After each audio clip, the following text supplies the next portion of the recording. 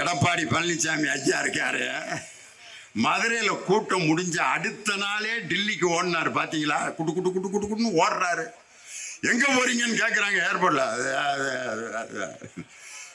வர சொல்லியிருக்காங்க, வர சொல்லியிருக்காங்க, இதான் போகிறேன். ஆனால் காங்கிரஸோடு கூட்டணி நடத்துவதற்கு ஒரு 10 நாள் என்ன கொடுமைப்படுத்தினாங்க, என்ன பாடு. இந்த மீடியாக்காரங்கள்லாம் காங்கிரஸோடு உறவு முறிய போகிறது, தாவேக்காவுடன் ஹைதராபாத்தில் பேச்சுவார்த்தை, ராகுல் காந்தி தலைவருக்கு போன வருஷம் அண்ணன் அப்படின்னு போட்டிருந்தாரு, இந்த தடவை அண்ணேங்கிற வார்த்தையை விட்டுட்டார். அதனால கூட்டணி இல்லை. நம்ம அம்மாவுக்கு கடிதம் எழுதுறப்ப அன்பும் பாசமும் இருந்தா அம்மான்னு எழுதுவான், சில சமயம் அன்புள்ள அம்மான்னு எழுதுவான்.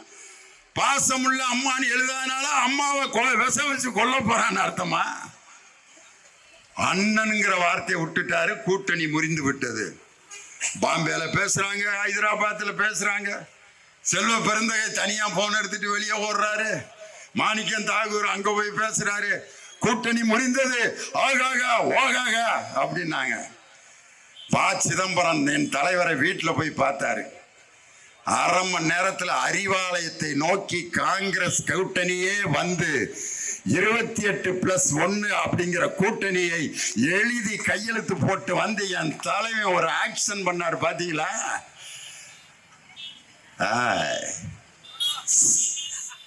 அப்படின்னா என்ன அர்த்தம்? எடப்பாடி முடிஞ்சிரா ஜோலின்னு.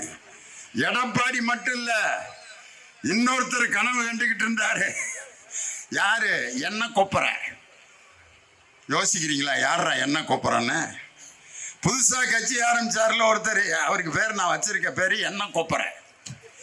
ஏன்னா இந்த கடைசி காட்சியில சினிமாவில் வில்லன் உட்கார்ந்துருப்பாரு, கதாநாயகனை கைத்துல தொங்க விட்டு அந்த கொதிக்கிற எண்ணெய்க்கு நேர தொங்க விட்டுருப்பாங்க.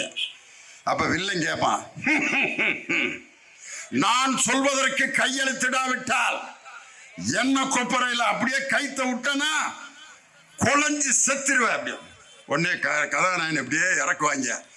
நம்ம படம் பார்க்குறவங்களாம், அஜோ கதாநாயகன் என்ன கொதிக்குது, உள்ள விட்டுருவான் போல இருக்கு, செத்துருவார் போல இருக்கே கதாநாயகன். டக்குன்னு மேலே ஏற்றிடுவான். கையெழுத்து போடுறியா இல்லையா? முடியாது, கையெழுத்து போட மாட்டேன். என்ன கொப்பரை? திரும்ப மேலே ஏத்து. அந்த எண்ணெய் கொப்பரை வேற எது இல்லை, சிபிஐ விசாரணைங்கிற எண்ணெய் கொப்பரைய அந்த புதுசா இருக்கிற கதாநாயகன் கட்சி கைத்துல தொங்க விட்டுட்டு மோடி இப்படியே ஏத்திக்கிட்டு இறக்கிட்டு இருக்காரு. அதனாலதான் வாரத்துக்கு ஒரு தடவை வந்து ஸ்டாலின் சார், ஸ்டாலின் அங்கிள், இன்னைக்கு நான் சொல்றேன் அடுத்த மீட்டிங்ல மோடி சார், மோடி அங்கிள் அப்படின்னா எண்ணெய் கொப்பரை தான்.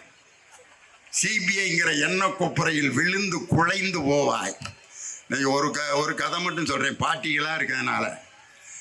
ஒருத்தன் ஸ்கூல்ல படிச்சுட்டு இருக்க பைய டீச்சர்கிட்ட எந்திரிச்சு, 1ஆம் கிளாஸ் படிக்கிறேன், டீச்சர் அர்ஜென்டா இருக்கு. இப்பதானே போயிட்டு வந்த? இல்ல டீச்சர் திருப்பி வந்துருச்சு, போட. டீச்சர் சொன்னாங்க, இனிமே பொம்பளை டீச்சர்கிட்ட எப்படி அசிங்கமா விரலை நீட்டிட்டு கேட்காதரா.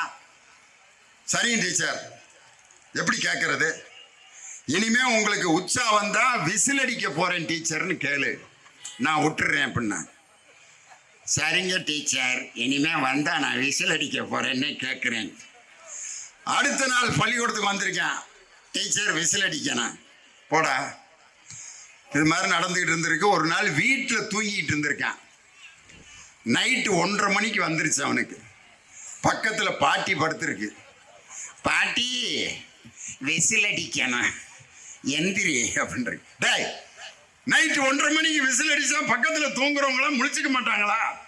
இல்லை பாட்டி, ரொம்ப அர்ஜென்ட்டான விசில். டேய், விசில் என்னடா அர்ஜென்ட், ஆர்டினரி? இல்லை பாட்டி, உனக்கு அதெல்லாம் தெரியாது, வந்தா தானே உனக்கு தெரியும். ரொம்ப அர்ஜென்ட்டான விசில்.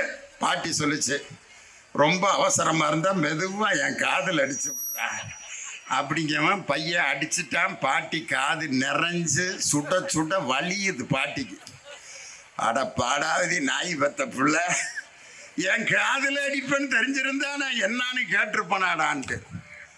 அந்த கம்பெனிகளுக்கு பூரா காதுல மக்கள் அடிப்பார்கள்ங்கிறதுக்கு இதுதான் எடுத்துக்காட்டு.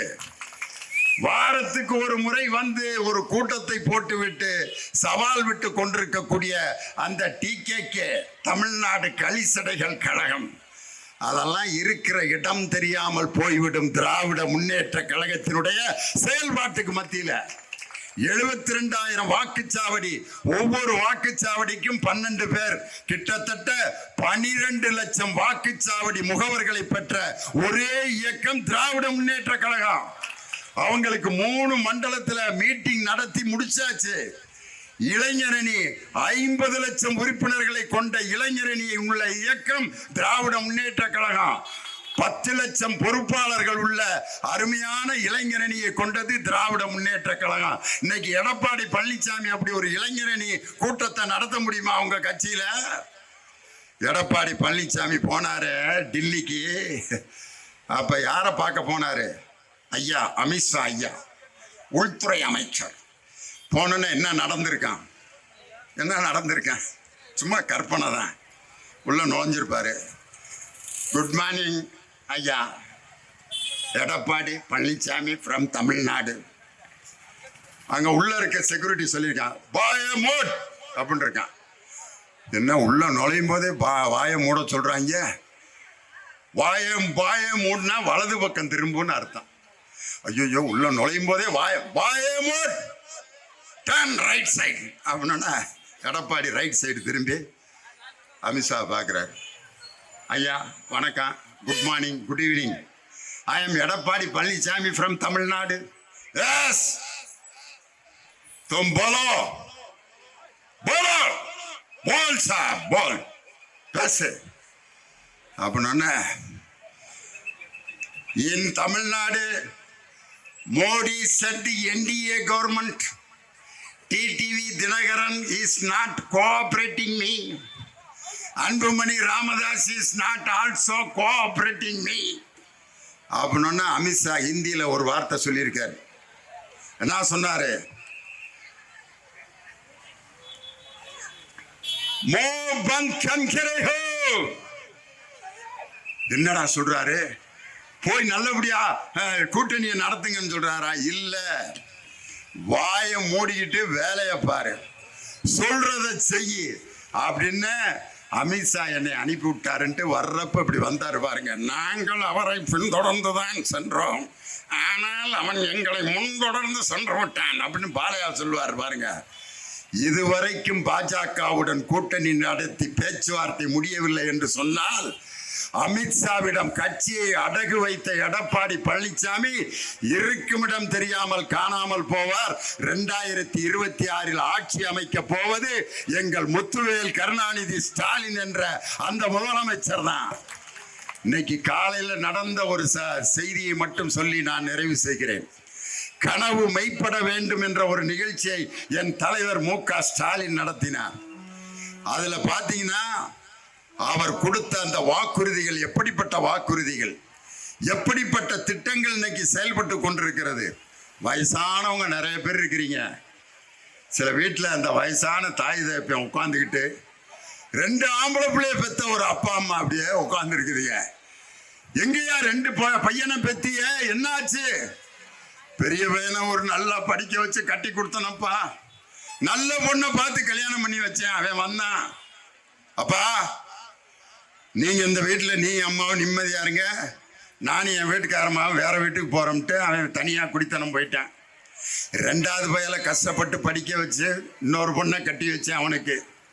அவன் வந்தான், அப்பா அம்மா அன்னை மாதிரிலாம் நான் செய்ய மாட்டேம்மா, நானும் என் வீட்டுக்காரம்மா இந்த வீட்டில் இருக்கேன், நீங்கள் 2 பேரும் போய் வாடகை வீட்டில் இருங்கன்ட்டு அப்பா அம்மாவை துரத்தி விட்டான். கிழவனும் கிழவியும் இப்படியே வருதுங்க. என்ன பாட்டு பாடிட்டு வருவாங்க? வியட்நாம் வீடு பாட்டு. உன் கண்ணில் நீர் வழிந்தால் என் நெஞ்சில் உதிரம் கொட்டுதடி, என் கண்ணில் பாவை என்றோ கண்ணம்மா என் உயிர் நின்னதென்றோ, உன் கண்ணில் நீர் வழிந்தால். அப்ப அவன் பாடுறான், ஆலம் விழுதுகள் போல் உறவு ஆயிரம் இருந்தும் என்ன வேறென நீ இருந்தாய் அதில் நான் ரெண்டு அழுதுகிட்டே நடந்து வருது. எங்கடா போய் நம்ம குடியிருப்போம் அழுது கொண்டிருந்த அந்த முதியவர்களுக்கு அன்பு சோலை என்ற ஒரு திட்டத்தை உருவாக்கி மாவட்டந்தோறும் முதியவர்களுக்கு இல்லத்தை அமைத்து கொடுத்த தலைவர் நம் முத்துவேல் கருணாநிதி ஸ்டாலின் என்ற தலைவர். திருக்குறள் அக்ரா முதலா எழுத்தெல்லாம் ஆதி பகவான் முதற்றே உழுகு அப்படிவாரு. ஆகா என்ன அழகா அப்படி. விவசாயிகள் இருக்க இடத்துல உழுதுண்டு பல்பர் மற்ற பேர் தொழுதுண்டு பென்சில் பார். மோடி எங்க போனாலும் இந்தியில தமிழ்ல எதையாவது எழுதி கொடுப்பாங்க, இந்தியில எழுதி வச்சு வாசிப்பார். மதுரையில வந்து என்ன சொல்றாரு, வெற்றிபேல் பீரபேல். திருப்பரங்குன்றை முருகன் முன்னாடி போய் நெடுஞ்சாங்கரையா உளுந்து முருகா. முருகன் பார்க்கிறாரு, பிரதர் மதுரைக்கு வந்தா எல்லாம் மீனாட்சி அம்மன் கோயிலுக்கு தானே பிரதர் போவாங்க, நீ ஏன் பிரதர் ஏன் காலில் இப்போ விழுந்திருக்க அப்படின்னு முருகன் கேட்குறாரு. பக்கத்தில் முருகனுக்கு யோசனை சொல்கிற யாரு, தெய்வானை அம்மா திருப்பரங்குன்றத்தில் அவங்க தானே இருக்காங்க. அவங்க சொல்கிறாங்க, மாமா இவர் ஏன் தெரியுமா இங்கே வந்து காலில் விழுந்து கிடக்கிறாரு, மீனாட்சி அம்மன் கோயிலுக்கு போகாமல் இங்கே வந்து ஏன் விழுந்திருக்காருன்னா அடுத்து எலெக்ஷன் வரப்போது ஒன்னே வச்சு ஓட்டு கேட்கறதுக்காகத்தான் உன் காலில் வந்து விழுந்து கிடக்கிறார் மாமா. மீனாட்சி அம்மன் கோயிலுக்கு போகாம உன் காலில் விழுந்து கிடக்கிறதுக்கு அதுதான் காரணம்.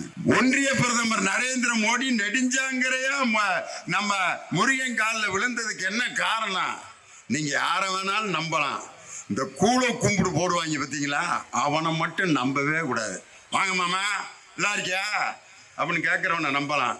மாமா நல்லா இருக்கீங்களா மாமா அப்படின்னா மாமனுக்கு விஷம் வச்சு கொல்ல போறான்னு அர்த்தம். இந்த கூழ கும்பிடு போடுறவனை நம்பவே கூடாது. இப்படித்தான் ஒரு கலெக்டர்கிட்ட முனியாண்டின்னு ஒருத்தன் வேலை பார்த்தேன். கலெக்டர் கூப்பிட்டாரு, முனியாண்டி ஐயா வாடா வர்றையா ஐயா அப்படின்னு காலில் விழுவான், எந்திரிப்பான், கும்பிடுவான், காலத்தொட்டு கும்பிடுவான். கலெக்டரு கிடைச்சா முனியாண்டி மாதிரி ஒரு வேலைக்காரன் நம்ம கிடைக்கணும்டா அப்படின்னு நினைப்பாரு. அப்படி இருந்த முனியாண்டி ஒரு நாள் அந்த கலெக்டர் வீட்டில் கிணறு இருக்கு, அதுல தண்ணி அரைச்சு குளிச்சுக்கிட்டு இருந்தாரு கலெக்டர். கிணத்துக்குள்ள தவறி விழுந்துட்டாரு கலெக்டர். ஐயோ முனியாண்டி முனியாண்டி கிணத்துக்குள்ள விழுந்துட்டான்டா, காப்பாத்துறான்னு கத்துறாரு. முனியாண்டி ஐயா ஐயா ஐயா கிணத்துல விழுந்துட்டாரு, ஐயா விழுந்துட்டாரு, ஐயா ஐயா இந்த கைத்த போடுற ஐயா அப்படின்னு கைத்த போட்டுக்கிட்டு இருக்கான். இன்னொரு பியூன் வந்து, மாப்பிள்ள கலெக்டரை மாத்திட்டாங்க மாப்பிள்ள அப்படின்னு சொன்னோன்னு போட்ட கயிறை திருப்பி எடுத்துட்டேன். டே வேற கலெக்டர் வந்துட்டாரு, அதனால இவரை தூக்கி என்ன தூக்காம இருந்தேன்னா சாவட்டுன்ட்டு கிளம்பிட்டான் முனியாண்டி. டே சாவ போறா ஐயோ ஐயோ ஐயோன்னு கத்துனாரு, விட்டுட்டான். கூழ கும்பிடு போடுற முனியாண்டி மாதிரி தான் நம்ம ஒன்றிய பிரதமர். தமிழக மக்களை கும்பிடு போட்டு ஏமாற்றலாம் என்று நினைக்கிறீர்கள். இது பெரியாருடைய மண், திராவிட மண். திராவிட கோட்டையை உங்களால் எந்த காலத்திலும் தகர்த்து எறிய முடியாது. அப்பா அம்மா இல்லாத ஆதரவற்ற குழந்தைகள், அந்த குழந்தைகளுக்கெல்லாம் ரொம்ப போனா 5 வயசு 6 வயசு தான் இருக்கான், அதுக்கெல்லாம் ஓட்டு போட போறதில்ல. ஆனால் அந்த குழந்தைகள் எல்லாம் கடவுள்கிட்ட தான் போய் முறையிடுவாங்க. எனக்கு அப்பா அம்மா இல்ல.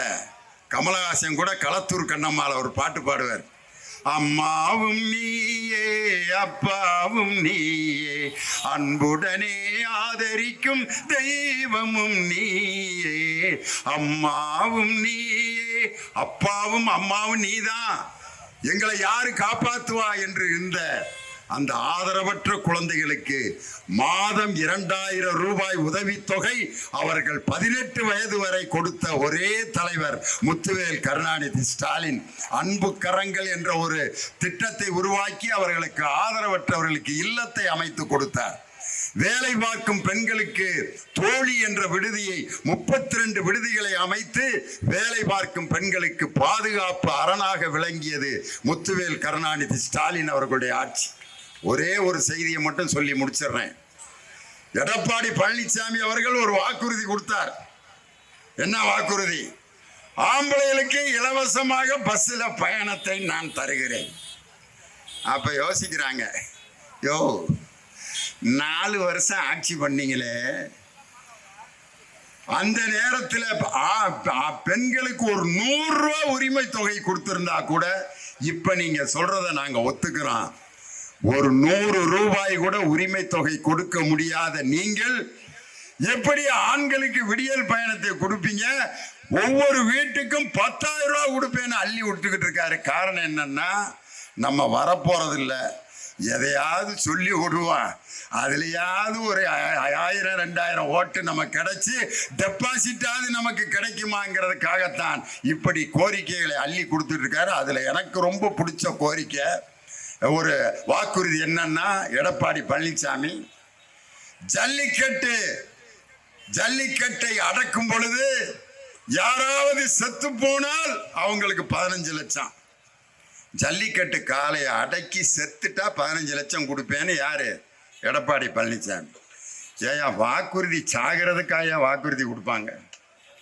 இப்ப பஸ் போயிட்டு இருக்கு, ஒருத்தர் ஏறி நிக்கிறாரு பஸ்ல, பயணிகளே நீங்க எல்லாரும் ஆக்சிடென்ட்ல செத்தா உங்க குடும்பத்துக்கு நான் 2 லட்சம் கொடுக்குறேன் அப்படின்னு இப்படியே பார்ப்பானுங்க. யாரா நீ? ஏண்டா பஸ்ல ஏறி செத்தா 2 லட்சம் கொடுக்குறேன்னு சொல்றியே, நீ எல்லாம் மனுஷனா? இறங்குடா கீழே. ஒரு 2 லட்சம் எனக்கு தேவையில்லை, டிரைவர்கிட்ட வர்றேன். அண்ணே நீ மோதி இறந்தீனா உனக்கு 50 லட்சம் தர்றேனே, டிரைவர் வேணட்டே. இப்பதான்டா கல்யாணம் ஆயிருக்கு எனக்கு. மோதி செத்தீனா 50 லட்சம் தர்றேங்கிறிய, நீ எல்லாம் மனுஷனா? அந்த ஆளை ஒத்துக்குவோமா? செத்து போனால் 15 லட்சம் தருகிறேன் என்று சொன்ன எடப்பாடி பழனிசாமி எங்க? ஜல்லிக்கட்டு காளையை அடக்கியவனுக்கு அரசு வேலை கொடுத்த ஒரு தலைவர் நம் திராவிட முன்னேற்ற கழகத்தினுடைய முதலமைச்சர். காளை அடக்கினவனுக்கு கவர்மெண்ட் ஜாப் கொடுத்தவர் தலைவரா? செத்து போனா 15 லட்சம் கொடுக்கிறேன்ற ஒரு தலைவரா? இன்னொருத்தர், எங்கேயாவது ஜல்லிக்கட்டு போட்டி நீங்க பார்த்திருக்கீங்க? ஜல்லிக்கட்டு அப்படி சீறி வர்றப்ப ராமராஜ் ஐயான்னா பேச்சு பேச்சு நீ பெருமை உள்ள பேச்சு அப்படின்னு கண்ட்ரோல் பண்ணுவார். ஜல்லிக்கட்டு கால் அப்படி காலில் அப்படியே மண்ணெல்லாம் பிறண்டிட்டு அப்படியே இருக்கு. ஏற்கனவே 10 பேரை அடிச்சு போட்ட ஜல்லிக்கட்டு காலை. அந்த ஜல்லிக்கட்டு காலைக்கு பாக்கெட்ல இருந்து 2 புல்லுக்கட்டை கொடுத்து நான் அடக்குவேங்கிறாரு. இப்படி ஒரு வீரனை எங்கேயாவது பார்த்துருக்கீங்களா? எத்தனையோ ஊர்ல ஜல்லிக்கட்டுல பார்த்துருப்பீங்க. வீரர்கள்லாம் இப்படி முண்டாசை தட்டி மாட்டை அடக்கிறதுக்கு போவானா, எல்லாம் கோமணத்தில் புல்லுக்கட்டை மாட்டிக்கிட்டு நனட்டே பைத்தியமா பிடிச்சிருக்க உனக்குன்னு. ஒருத்தர் செத்தா 15 லட்சம் கொடுக்குறேங்கிறாரு, இன்னொருத்தன் புல்லுக்கட்டை காமிச்சு மாட்டை அடக்குவேங்கிறான். ஜல்லிக்கட்டு காளையை அடக்கிய வீரனுக்கு அரசு வேலை கொடுத்து அவனை அழகு பார்த்த தலைவர் முத்துவேல் கருணாநிதி ஸ்டாலின். அதே மாதிரி ஒவ்வொரு கிராமத்தையும் மாடல் கிராமமாக உருவாக்கி மகாத்மா காந்தியினுடைய பெயரை சூட்டுவேன்னு இன்னைக்கு காலையில் வாக்குறுதி கொடுத்திருக்கிறார். இப்படி பெண்களை கல்வி கற்க வைத்த ஆட்சி திராவிட மாடல் ஆட்சி. பெண்களுக்கு பாதுகாப்பு கொடுத்து தோழி விடுதியை உருவாக்கிய ஆட்சி திராவிட மாடல் ஆட்சி. காலையில் பட்டினியாக வரும் மாணவர்களுக்கு காலை உணவு திட்டத்தை தந்தது திராவிட மாடல் ஆட்சி. இறைவனுக்கு முன்னால் அனைத்து ஜாதிக்காரர்களும் சமமாக நடத்திய பெரியாரின் கனவை நனவாக்கிய ஆட்சி திராவிட மாடல் ஆட்சி. அதுபோல ஆதரவற்ற குழந்தைகளுக்கு ஆதரவு கொடுத்து அன்பு கரத்தை கொடுத்த ஆட்சி திராவிட மாடல் ஆட்சி. வயதான முதியோர்களுக்கு அன்பு இல்லத்தை அமைத்து கொடுத்த ஆட்சி திராவிட மாடல் ஆட்சி. வீட்டுக்குள் முடங்கி கிடந்த பெண்களை விடியல் பயணம் என்ற பயணத்தை கொடுத்து பேருந்துகளில் சுதந்திரமாக பயணம் செய்ய வைத்த ஆட்சி திராவிட மாடல் ஆட்சி. கல்லூரியில் சேர முடியாத பெண்களுக்கு மாதம் 1000 ரூபாய் கொடுத்து புதுமை பெண்களை உருவாக்கிய ஆட்சி திராவிட மாடல் ஆட்சி.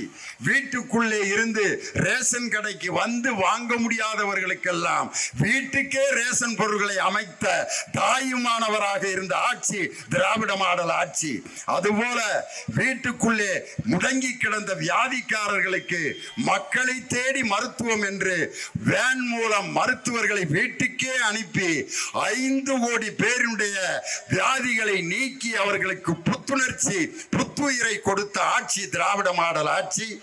இந்த ஆட்சிதான் 2026 மீண்டும் தமிழக முதல்வராக முத்துவேல் கருணாநிதி ஸ்டாலின் அவர்கள் பொறுப்பேற்பார் என்று சொல்லி நான் சொல்றதை எல்லாரும் திரும்ப சொல்லுங்க.